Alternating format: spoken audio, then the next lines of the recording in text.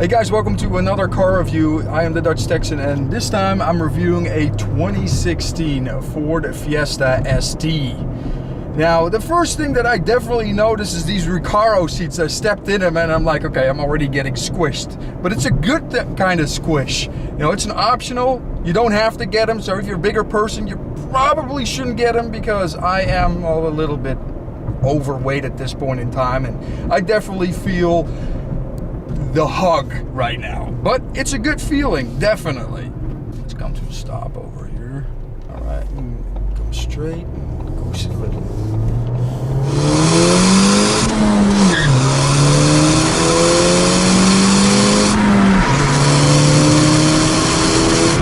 This car comes alive. Nice, I like it. Let's go into 6th gear here real quick. Nice. We're at 60 miles an hour right now and slightly over 2,000 revs. That is not too bad. This car is powered by a 1.6 liter direct injected engine, and it's of course turbocharged. So it gives us 197 horsepower and 202 pound-feet of torque. Now the downside of this engine is that it's of course a smaller displacement, so all that power is kind of up in the rev range. You don't really get a lot of it down low. But earlier I was driving it, I kind of lugged the engine and it didn't mind it too much. But just don't expect this car to get up and go if you're in the top gear. Because right now, like I said, 60 miles an hour, if I put my foot to the floor, not a lot happens. But it still moves forward, and that is pretty impressive given the engine size. When I first rolled up to this car, I thought, hey, it's red. And then I got closer and the sun really, it's kind of this orange color, and it kind of changes its color as well, which I think is pretty nice. Now the owner told me at night it really just looks red, but underneath direct sunlight it's a gorgeous color to look at as soon as you get close to it. Absolutely awesome. Now, as far as the interior goes, it's a Ford product and it is not at the higher price bracket, so a lot of this stuff is pretty darn hard to the touch, but I'm kind of used to that with my 2005 Mustang GT, so I don't really care too much. My wife actually owns a 2012 Focus, and that car is the exact same problem, and a lot of hard surfaces. Now when it comes down to the steering wheel, it has these nice notches right here. I kind of like it. So weighted right, the steering is nice and direct. Another thing I really like about this car is the infotainment system. Like most of the cars in this segment, really small little screens, especially if you get the standard versions, it just shows you a couple of little things. This of course has the navigation in it as well. Nice big screen, easy to see, it's right in the center, so you don't really have to go look far for it either. It's not like down on the center stack or anything like that, it's right on the top. Absolutely awesome. Let's try these brakes out real quick. Nice. Of course, I'm not pushing them all the way in, obviously. You know, you don't want to come to a screeching halt, but that was pretty impressive. Not a lot of pedal travel to stop the car. Nice. Ooh, that is very nice.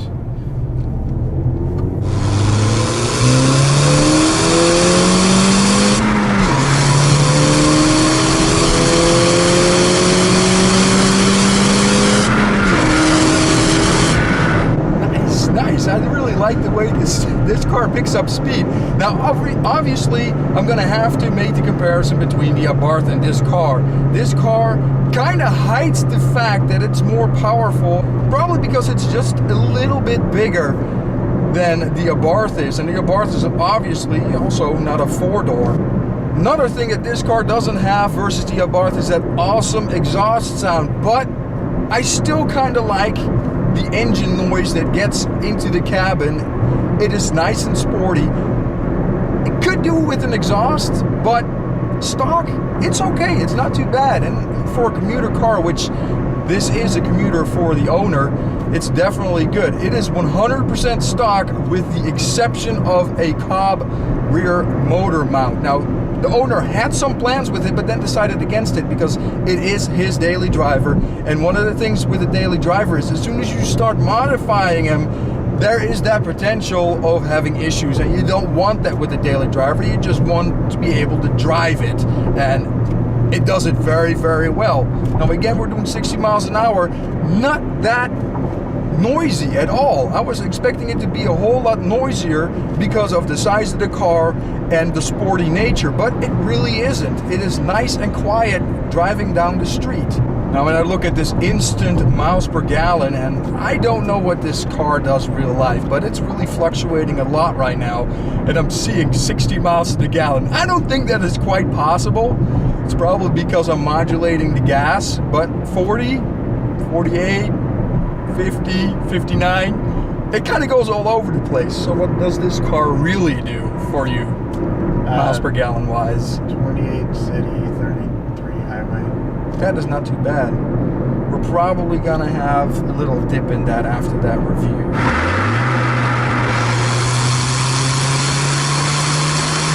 Now, one of the obvious things you have to talk about when it comes down to smaller cars is interior space. This has it, but not as much as you would like. I'm 5'11", as you well know by now, and if you don't, then you haven't watched enough of my videos. But it really does not lend for 4 adults. It actually says that you, quote unquote, could put 5 people in it.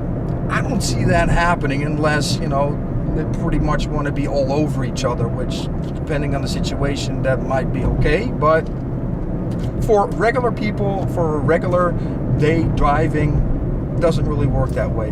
Here we go. Let's see how the suspension handles these rough parts. Harsh, of course. You could expect that because this is, of course, a little pocket rocket. This is what this car is made for, man. These inner city roads, a little bit of twisties.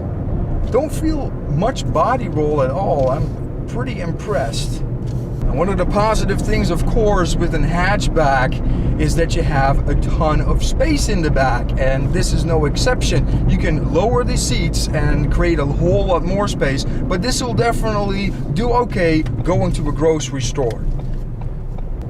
Yet again with that, it wasn't too bad. I guess it depends on the kind of tracks you go over. Now the price of this car, it's over $20,000, which kind of expensive, but it's also a sports orientated model. If you get the base model, you get drum brakes in the back and all of 120 horsepower. That is just not a lot right there. And miles per gallon wise, you heard it earlier, this isn't too bad. So to have a fun car to drive around town, get on a highway with, because like I said, slightly over 2,000 revs at 60 is not bad at all. This is good. I like it. Now this one though is a little bit optioned out. The paint is more expensive. That burnt orange, that is absolutely gorgeous. And these seats, which are the Recaro seats, that adds a little bit of money. All in all, this car was slightly over $25,000, which is pretty expensive. Back in the day, my wife bought a 2012 Focus that was pretty much a brand new car at the time, and it cost $25,000 for the titanium model, which is pretty much full option. The only option that she did not get was the electronic park assist, which, you know, who needs that anyway if you can drive. Now, one of the things you do get with this car when you buy it, at least back when the owner bought it, is the ST Octane Academy, which is pretty much a track day, which is an awesome value. I don't know how much of the price is attributed to that, but I think it's worth it. Get on a little. There you get that sound again. It's perfect. I love it. Another positive thing about this car is you get 6 gears. So you get 6 gears. You get your perfect shifts 3 times. From 1 to 2, from 3 to 4, from 5 to 6. It's absolutely awesome. I love it. Okay, we gotta stop all the way.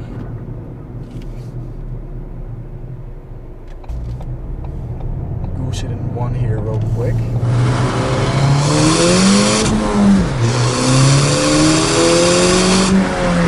That is not bad at all. And that sound, well, it's not like the Abarth, because the Abarth just gets plain loud from factory. It really, really nice, really nice. I like it. I like it a lot.